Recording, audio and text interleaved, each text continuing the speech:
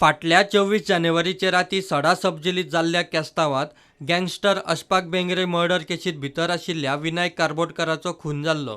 विनायकाच्या स्वभावाक लागून जेलीत आशिल्ल्या कांय कैद्यांनी ताका मारलो आसतलो म्हूण तेन्ना लोकल पुलिसांनी दावो केल्लो।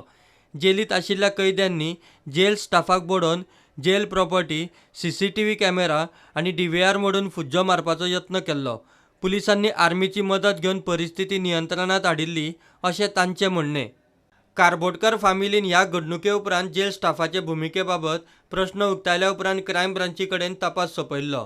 क्रायम ब्रांचीन जेल प्रॉपर्टीची मोडतोड केल्ल्या प्रकरणात 10 जाणांक सोदून काडले, पूण विनायक कारबोटकाराच्या खुन्याचो सोद लावंक आनी जेल स्टाफाची भुमिका स्पश्ट करूंक मात तांकां जमलें ना।